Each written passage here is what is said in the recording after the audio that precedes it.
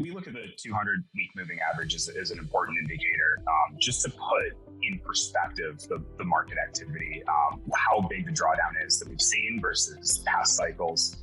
And if you look, the 200-week moving average, Bitcoin's only touched it 7 times in its history. And it touched it when it broke below 22,000 earlier this month. And historically, that's been a good time to average into Bitcoin. Not a recommendation to buy, sell, or hold anything, but the average returns of Bitcoin 12 months out after reaching the 200-week moving average is over 200%. So historically, it's been a good indicator of capitulation and a bottoming event, though not necessarily predicting or indicating the exact bottom, because we see times where Bitcoin's price drops dramatically, quickly below, and then recovers sometime after.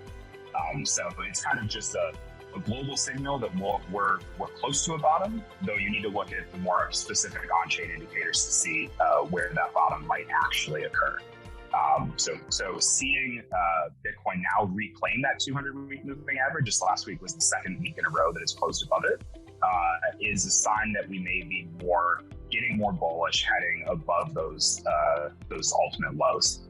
I think it's still important to put this drawdown in context to previous drawdowns. So Bitcoin in general for global bottoms has typically bottomed below 80% drawdown from all-time highs.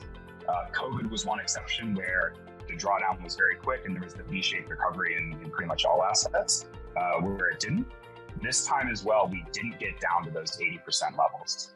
So if there was, say, increasing macro headwinds that drove the whole market down, if equities reach new lows, I don't think crypto will be spared. That ultimate low looks around the 13 to 14K range. So we're not ruling that out as a possibility. But at least crypto specific, things are looking a lot healthier now than they were, say, the past 3 months. And I think, just to put in context what's happened that's driven a lot of this chaos in the market, really starting back in May with the collapse of the Terra and the UST stablecoin. That was a $50 billion event. If you look at the 20 billion market cap of UST and the 30 billion market cap of Luna, it really evaporated overnight, and also had Bitcoin specific selling pressure in there because the Luna Foundation Guard was buying Bitcoin to backstop that peg, which obviously didn't work. But that was a massive selling event. The markets all sold off from it. And then over June and July, we saw the contagion of that event start to show itself in the market. We had a strong feeling there would be some. We didn't know exactly who would be affected. 2 of the main ones turned out to be Celsius and Three Arrows Capital. Celsius, they both had exposure to Terra. Three Arrows taking a big bet on that ecosystem took a big hit to their balance sheet that rendered them unable to weather 2 other trades that they made that also went bad. One of those was the Grayscale Bitcoin Trust. As that discount widened, their trade moved against them. And then also the Lido's liquid staked Ether that they had a large position in as well, was also trading at a discount. These 2 products trading below spot essentially put them underwater in a way that rendered them unable to meet their margin calls, which it also turns out they were borrowing for pretty much everybody in crypto. So that we learned kind of throughout the entire month more and more about that story. Three Arrows, at their peak was managing between 10 and $18 billion. So we went from a $50 billion asset in Terra, 10 to 18 in Three Arrows Capital. Celsius as well, which halted withdrawals in their platform, ultimately filed for bankruptcy in the beginning part of this month. They were managing over 20 billion at one point. The tail has been getting longer in terms of who's been halting withdrawals, filing for bankruptcy. But the actual magnitude of those events, if you look at, even another lender, Haldeman, which I hadn't heard of before, but paused withdrawals this morning, much smaller in magnitude. And it seems like that overall contagion has now been contained to some extent. So I think it's important to look at how much of the activity in the network, where supply is shifting from kind of these short-term speculative holders to long-term holders that are going to be supporters of the network in the long run and aren't just here for that kind of speculative trade. And as you see markets kind of reaching tops, you'll see that short-term holder base really grow in terms of percent of total supply. We use Glassnode's definition of a long-term or short-term holder, which cuts off at 155 days. So you hold coins in your wallet, you haven't moved them for 155 days, basically. That level hits you into the long-term holder bucket. And during this bear market, we've seen long-term holders accumulating supply. So just over the past year, for example, plus 6% on the long-term holder supply base. That generally means that there's a stable cost basis establishing, less speculation in the market, more long-term supporters of the network.